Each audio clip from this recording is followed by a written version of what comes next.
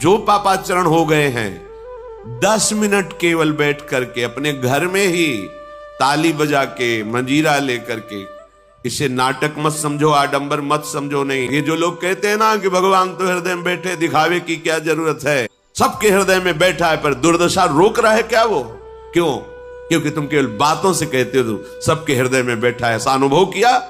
अगर ऐसा अनुभव किया तो व्यभिचार किसके साथ करते हो, चोरी किसकी करते हो, हिंसा की, कपट किससे, द्वेष किससे? बस केवल बातों से बात नहीं बनती। जो तुम्हें कर्म मिला है उसे धर्म के अनुसार करो, भगवत समर्पित कर दो, वो यज्ञ हो जाएगा, उसका फल मिलेगा तुम्हें, आनंद, भगवत प्राप्ति, महासुख। कर्म वही है। पर जब अहंकार से प्रेरित होकर अपने लिए करते हो सुसुख वांछा, तो उसमें अधर्म वृत्ति बढ़ जाती है। अधर्म वृत्ति निश्चित आपको भोगना पड़ेगा। यदि भगवान की शरण में हो जाओ, अबलो नशानी अबना नशई हो, वो कृपा करे तो सब क्षमा हो जाए। वो कह रहे हैं कि हम तो हम सर्वपापेभ्यो मोक्षयिष्यामि मा शुचा। नहीं तो आपका जो कर्म प्रकाशित नहीं हुआ है और आपने पाप कर्म किया वो गुप्त है, वो नष्ट नहीं हुआ, वो भयंकर रूप रख के तैयार है, अपने समय पे तुम्हें नष्ट कर देगा। एक 45-50 वर्ष की अवस्था के थे। अब उनको ज्ञान हुआ कि हमारे द्वारा बहुत अधर्म हुए हैं, अब सब छोड़ो, अब सत् कार्यों में लगो। तो उनके सामने एक स्वर्णकार का मकान था। वो बहुत ही कपटपूर्ण व्यवहार करता था। भोले भाले लोगों को असली स्वर्ण लेकर के केवल स्वर्ण का लेप करके अलंकार बेचता। अगर कोई जानता तो कुछ राज कर्मचारियों को अपने लेदे के अधीन किए हुए था और उसको कुछ नहीं होता। तो जो राज कर्मचारी उसके रहस्य को जानते थे वो रात में ड्यूटी देते थे। उन लोगों ने सोचा कि इतना धन इसने इकट्ठा किया है, अगर हम इसको मार देते हैं और इसका स्वर्ण ले लेते हैं तो कोई रिपोर्ट करने वाला भी नहीं होगा और हम बहुत धनी हो जाएंगे। अधर्माचरण करने वाला कभी सुखी नहीं हो सकता। स्वर्णकार अधर्म आचरण कर रहा था, उसके अधर्म आचरण में सम्मिलित होने वाले राज कर्मचारियों ने उसे मार दिया। उसका स्वर्ण ले लिया, धन ले लिया और उसे एक बॉक्स में बंद करके वो निकल ही रहे थे कि वो जो धर्म पे चलना ठाना था उन्होंने देख लिया। बाहर निकले, उनका ये क्या है? अब वो तो फंस गए, क्योंकि बॉक्स में उसकी लाश थी और सब बैग झोला में स्वर्णाभूषण धन था। उन्होंने तुरंत उसको कहा, आवाज मत दीजिएगा, देखो हम तुम्हें हिस्सा दे देंगे, ये जो धन हमारे पास है इसको हम 3 हिस्से में बांट लेंगे और इसको हम नष्ट कर देते हैं, कोई जानेगा नहीं, हम राज कर्मचारी हैं, किसी तरह का फसाव नहीं होगा। उन्होंने कहा, ये मैं अधर्म का कार्य नहीं कर सकता, मैं तो अब हल्ला मचाऊंगा, सबको बुलाऊंगा और बताऊंगा कि तुमने इसकी हत्या की है और इसका धन अपहरण कर रहे थे। अब राज कर्मचारी, उन्होंने सोचा हमारी ड्यूटी भी जाएगी, धन भी जाएगा, सजा भी मिलेगी। दोनों ने इशारे में ही बात कर ली और हल्ला मचा के दौड़ पड़े, पकड़ो इसे, पकड़ो, जाने न पाए। उसे पकड़ लिया, लोग इकट्ठा हुए, क्या हुआ? देखो ये धन अपहरण करके जा रहा था, इसकी हत्या कर दी। तो हम लोग गश्त लगा रहे थे तो हमें शंका हुई, आए तो देखा ये पकड़ा गया, जो धर्म से चल रहा था उसको पकड़ लिया। अब तो प्रमाण, राजकर्मचारी खुद गवाही देने के लिए तैयार, उसे बंद किया गया, मुकदमा हुआ। वो बार बार जज के सामने यही कहता था, जिसकी कसम खवाओ हम कसम खा लेते हैं, हमने बिल्कुल ये कार्य नहीं किया, ये लोग ये कार्य कर रहे थे, हमने इनको रोका तो इन्होंने मुझे साझेदारी के लिए, पर मैंने वो स्वीकार नहीं किया तो फिर इन्होंने ऐसा किया। पर उसकी कौन बात माने? राजकर्मचारी गवाही, मुकदमा लंबा खिंचा, उसे जेल में रखा गया। हर बार आके वो यही प्रार्थना करता, कई वर्ष तक चलता रहता मुकदमा, जेल का उसे बड़ा कष्ट भोगना पड़ता। वो विचार करता कि मैं अगर हिस्सा ले लेता तो बच जाता, लेकिन धर्म से चल रहा था तो देखो मुझे कष्ट भोगना पड़ा। मुझे लगता है भगवान के दरबार में न्याय नहीं है, धर्म रक्षा नहीं करता, ऐसा लगता है। एक दिन आया और रो करके यही बात कही जज के सामने कि मुझे लगता है भगवान नहीं है, क्योंकि मैं बार बार सत्य को साक्षी करके कहता हूं कि मैंने ये कर्म नहीं किया और मुझे दंड दिया जा रहा है, मुझे क्लेश दिया जा रहा है धर्म से चलने के कारण। अगर मैं सम्मिलित हो जाता तो मुझे तीसरा हिस्सा मिलता और बिल्कुल बात शांत होती। ये क्या धर्म है, कहां भगवान है? जज ने इस पर गौर किया। कई वर्ष वो जेल भोगता रहा, मुकदमा चलता रहा। तब जज ने गौर किया कि बार बार ये कहता है इसकी जांच की जाए, तो हत्याकांड होते ही रहते हैं। एक शव आया वहां, जज ने मंगवाया था, जो पोस्टमार्टम के लिए जाता है, मंगवाया और कहा देखो इसका कोई नहीं है, अंतिम संस्कार के लिए अपने ही लोगों को जाना है। तो दो कर्मचारी जो थे सरकारी, जो स्वर्ण चोरी में सम्मिलित थे, उनको और उसको कहा कि बस तुम थोड़ी देर नदी के किनारे बैठे रहना, हम और लोगों को लेकर के आते हैं। और एक आदमी को छुपा के बैठा लिया और राज कर्मचारी नदी के किनारे शव को लेकर बैठे। उसको देखा जिसको बहुत कष्ट दिया जा रहा था, सारा आरोप उसके ऊपर था, जो धर्म से चल रहा था। उसे कहा माना नहीं ना, अगर मान लेता तो तीसरा हिस्सा भी मिल जाता, बात वहीं खत्म हो जाती। देखा, फंसा दिया, अब तेरे को आजीवन कारावास मिलेगा, कोई नहीं बचा सकता तेरे को। मेरी बात नहीं मानी, कह रहा था हल्ला मचाऊंगा, ऐसा वैसा, अब भोग। तो जज के द्वारा जो एकांत में बैठाला हुआ आदमी था, उसने पूरी बात सुनी। इसीलिए ये नाटक रचा गया था। तीनों को बुलाया और कहा तुम निर्दोष हो उस धर्मात्मा से। स्वयं इनकी आवाज से हमने सुना, ये कह रहे थे जो तुम बात कह रहे थे। तो उसने कहा कि ये तो ठीक है, अब निर्णय ठीक कर दिया, लेकिन अब कई वर्षों से मैं दंड भोग रहा था, ये कौन सा न्याय है? किस अपराध के कारण? मैं तो धर्म से चल रहा था, इसमें किंचन मात्र मेरा कोई अपराध नहीं था, कि कई वर्ष से मैं सजा क्यों भोग रहा था? बार बार प्रताड़ना, नाना प्रकार के कष्ट क्यों भोगा मैं? जज ने कहा तुम हृदय को साक्षी करके बताओ, क्या कोई ऐसा अपराध किया है जिसका प्रकाश ना हुआ हो और तुम्हें दंड ना मिला हो? हम अब उसका कोई दंड थोड़ी तुम्हें देंगे, लेकिन तुम्हारे अंदर जो भगवान के प्रति आरोप है उसका निराकरण हो जाएगा। उसने कहा हाँ, यौवन अवस्था में मैंने किसी स्त्री को ऐसा ऐसा, और वो विरोध करने पर भी उसे मार दिया और आज तक बात कोई प्रकाशित नहीं हुई। तो बोले फिर भगवान को क्यों दोष देते हो? वो कर्म तुम्हारा दंड अगर मिल जाता तो नष्ट हो जाता, वो कर्म सुरक्षित है। उसी कर्म ने तुम्हें यहां अधर्म ना होने पर भी फंसाया और देखो तुम्हें भोगना पड़ा। तो निश्चित समझो, यदि आप अधर्म के द्वारा कोई भी सुख साधन करेंगे तो आप नष्ट होंगे। अधर्म के द्वारा आप धन आदि छीनना चाहेंगे तो आप नष्ट होंगे। अधर्म कर दिया है और उसका प्रायश्चित नहीं हुआ तो वो कर्म सुरक्षित है। ऐसी जगह फंसाएगा जहां 100% आपने कोई अपराध नहीं किया पर आपको उसका दंड भोगना पड़ेगा। फिर आपको लगेगा कि न्याय में अन्याय हो रहा है, कोई भगवान नहीं है। देखो मैंने बिल्कुल कसम खा के कहता हूं पाप नहीं किया, पर ये पाप का जो आरोप लगा वो पूर्व पाप आकर के तुम्हें दंडित कर रहा है। अब इस कर्म विधान को ये बहिर्मुख लोग क्या जानते हैं? तभी कहते हैं अरे कहां भगवान, कैसे भगवान? आज तुम धर्म से चल रहे हो, लेकिन कल तुमने जो कर्म किया तो तुम शरणागत होकर भजन के द्वारा उसको नष्ट नहीं किया ना, तो वो सुरक्षित है। अवश्य में भोक्तव्यम कृतम कर्म शुभाशुभम। इसलिए श्री भगवान आदेश कर रहे हैं यज्ञार्थात् कर्मणोन्यत्र लोकोयम कर्म बंधनः तदर्थम कर्म कौन्ते मुक्त संगः समाचर।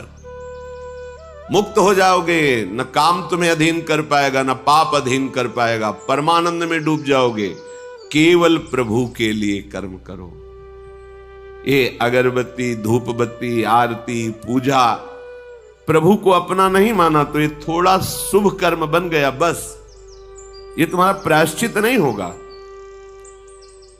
जो तुमने अधर्माचरण के अगरबत्ती धूपबत्ती से खत्म होने वाले नहीं हैं, उनके लिए तुम्हें नाम जप करना पड़ेगा, नाम कीर्तन करना पड़ेगा।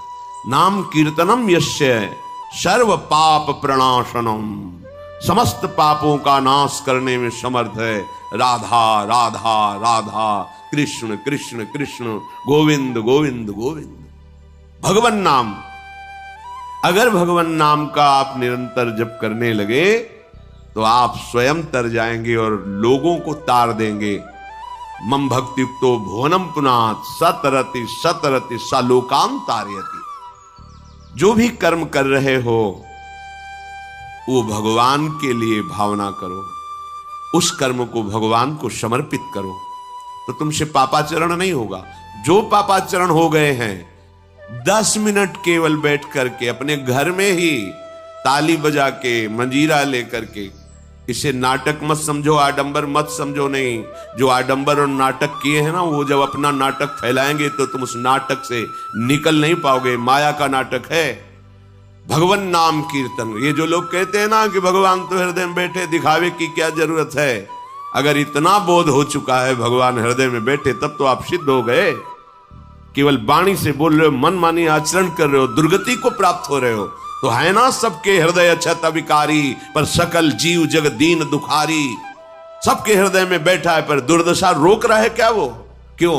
क्योंकि तुम केवल बातों से कहते हो सबके हृदय में बैठा है। ऐसा अनुभव किया? अगर ऐसा अनुभव किया तो बेविचार किसके साथ करते हो, चोरी किसकी करते हो, हिंसा की, कपट किससे, द्वेष किससे? बस केवल बातों से बात नहीं बनती। ये कर्म बातों से नष्ट नहीं होता, इसके लिए अनुष्ठान करना होगा नाम का। चाहे जैसी परिस्थिति हो, चाहे जो हो, जैसे भी हो, तुम्हारा मंगल होगा। अहोबत स्वपचतो गरीयान यज्जिभ्यागे वर्तते नाम तुभ्यम।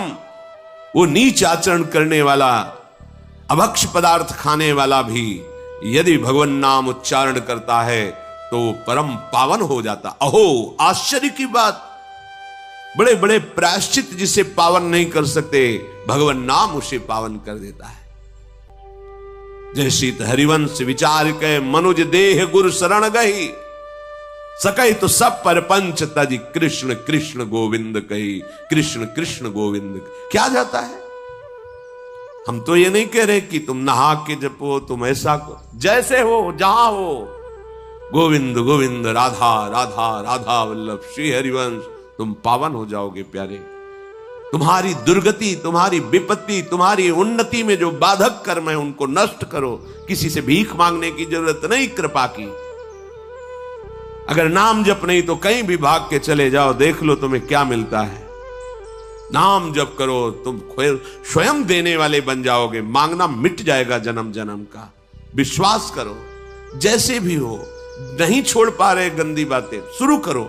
नाम को तो अंदर लाओ, वो तुम्हें इतनी सामर्थ्य देगा, सब छूट जाएगा, सब छूट जाएगा। विश्वास करो।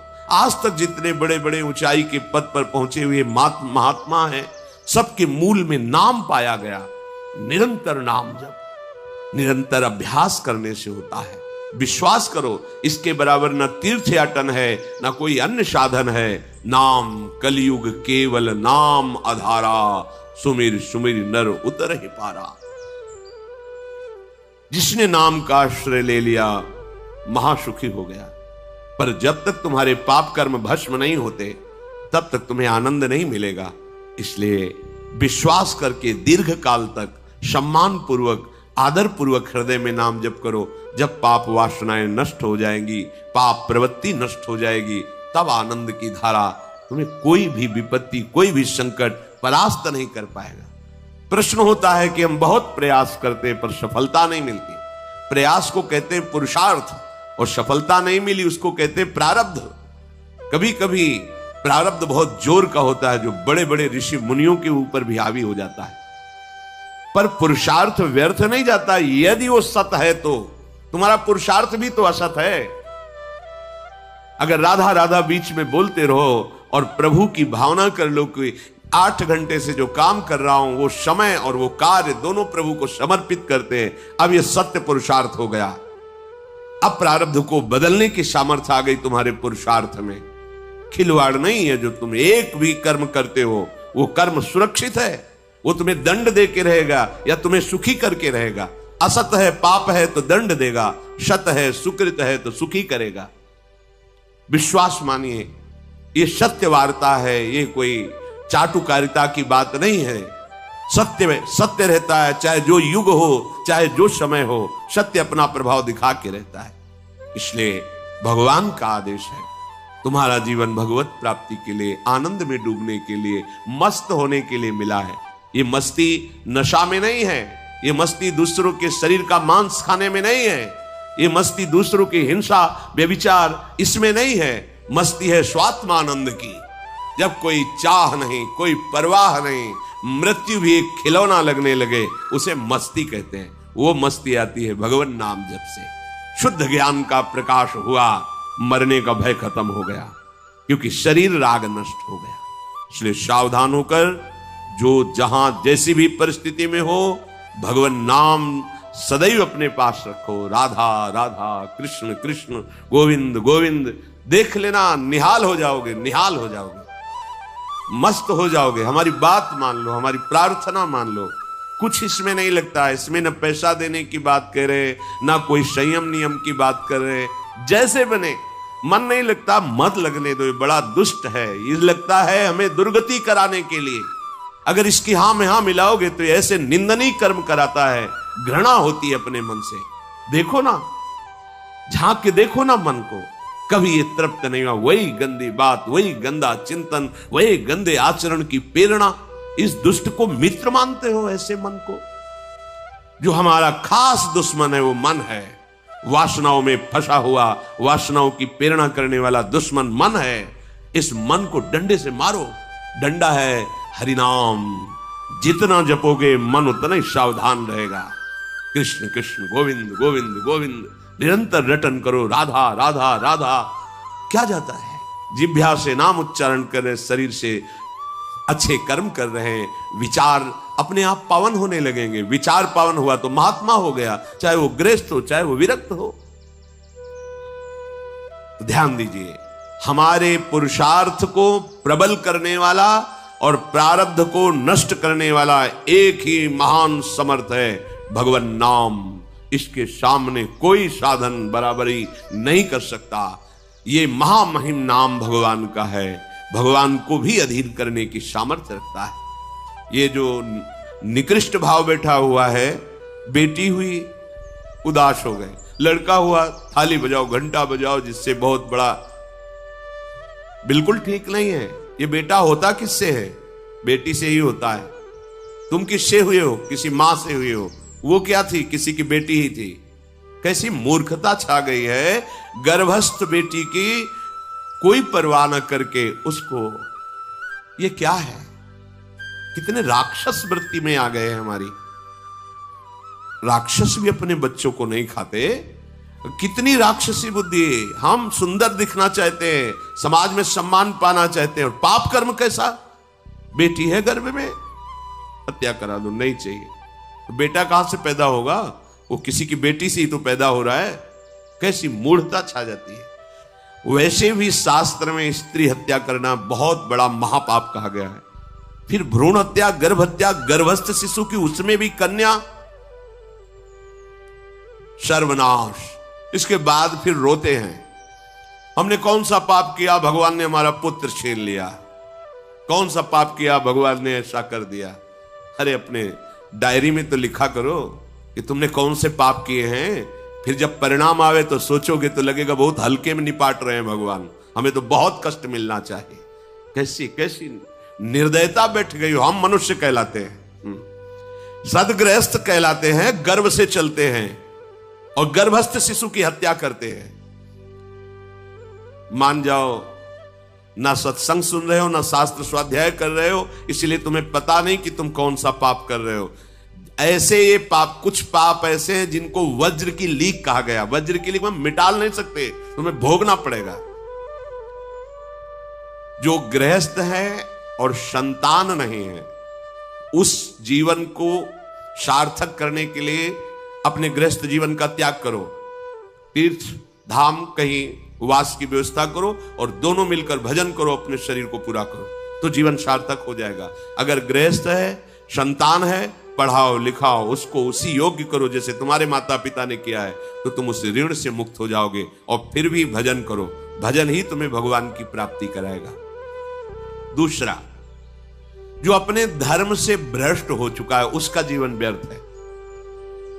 आपका एक धर्म है, सबसे पहला धर्म है मनुष्य धर्म। मनुष्य का क्या कर्तव्य है? अपने प्राणों का भी बलिदान देकर दूसरे की रक्षा करना, और यहां अपने मन को सुख पहुंचाने के लिए दूसरे की हत्या कर देना। कैसा राक्षसी भाव वृत्तियों में आ गया। देखो, अगर कोई माता बहन एकांत मिल जाए तो बस राक्षस जैसे टूट पड़ते हैं, ऐसे स्वभाव, मार दो, जला दो, काट दो। बड़ी दुर्गति होगी, देख लेना, यहां भी होगी। छुपा के भी कर लो, तब कर्म प्रकाशित होगा। जब तुम अपराध नहीं करोगे, अपराध नहीं करोगे, तब वो अपराध तुम्हें फंसाएगा और जीवन भर रुलाएगा। मरने के बाद नर्क मिलेगा। नर्क माने बड़ी जेल है, वो बड़ी जेल, ये छोटी जेल है। जैसे बड़े अपराधियों को बड़ी जेलों में भेजा जाता है, तो विश्व ब्रह्मांड की सबसे बड़ी जेल और वहां के सबसे बड़े जेलर यमराज, वहां दंड मिलता है। आप ऐसा ना सोचिए कि ये सब गप है। गांव में जैसे बात करे तो लगता है गप है। जब जेल हो आते हैं ना तो कहते हैं, एक गांव में मिले थे, कहा था कि अगर रोज 5 जूता कोई गांव में हमें मारे तो हम उसे सह लेंगे, लेकिन दोबारा जेल जाने वाला आचरण नहीं करेंगे। दिखा रहे थे कि देखो कैसे कैसे कष्ट वहां के कैदी भी मारते हैं जो बहुत पुराने हो गए हैं, वो हमको अनुशासन में रखते हैं। ऐसा ऐसा कितना कष्ट। अब वो गया ना तो भोगा, अब माया के कारण स्मृति नष्ट हो गई नहीं, सैकड़ों बार अपने भी भोग के आ रहे हैं नर्क। दूसरे, उसका जीवन नष्ट है जो धर्म का त्याग कर चुका है। तुम पिता माता से प्रकट हुए, तुम्हारा धर्म है माता पिता की सेवा करना। वयोवृद्ध बेचारे माता पिता उठने बैठने में असमर्थ हैं। आप पैसे कमाने के लिए अपनी बहुली निकल गए, अब वो कष्ट भोग रहे हैं। ना उनको देखना है, ना उनकी व्यवस्था करना है। मरने दो तो ठीक है, तुम्हें जब परिणाम आएगा तब तुम भी तो बनोगे ना वृद्ध, तब तुम्हें पता चलेगा। अवश्य में भोक्तव्यम कृतम कर्म शुभाशु। होश में, माता पिता सबसे पहले भगवान हैं यदि आप गृहस्थ हैं तो। अगर आप बाल्यावस्था से भगवान के मार्ग का अनुसरण कर रहे हैं तो फिर भगवान प्रणत कुटुंब पाल रघुराई, भगवान व्यवस्था कर देते हैं। वैराग्य मार्ग में लौटकर पीछे नहीं देखा जाता। हमारे भगवान के अवतार मानेंगे महाप्रभु चैतन्य देव, नवयुति विष्णु प्रियादि माता सची छोड़ के चल दिए। आद्य गुरु भगवान शंकराचार्य भगवान के अवतार मां केवल छोड़ के चल दिया। भगवान के मार्ग में यदि ऐसे चले तो भगवान संभाल लेते हो। परम पद मिलता है 21 पीढ़ियों को। मां तो बिल्कुल नजदीक है, 21 पीढ़ियों को भगवत प्राप्ति हो जाती है। और शब्द है प्रणत कुटुंब पाल रघुराई, भगवान स्वयं उसके परिवार का पोषण करते हैं। पर यदि गृहस्थ धर्म में हो और अपने माता पिता का त्याग कर दिया, उनकी सेवा नहीं करते, वो दुख भोग रहे, तो नरक यंत्रणा मिलेगी और जीते जी तुम उन्नति को प्राप्त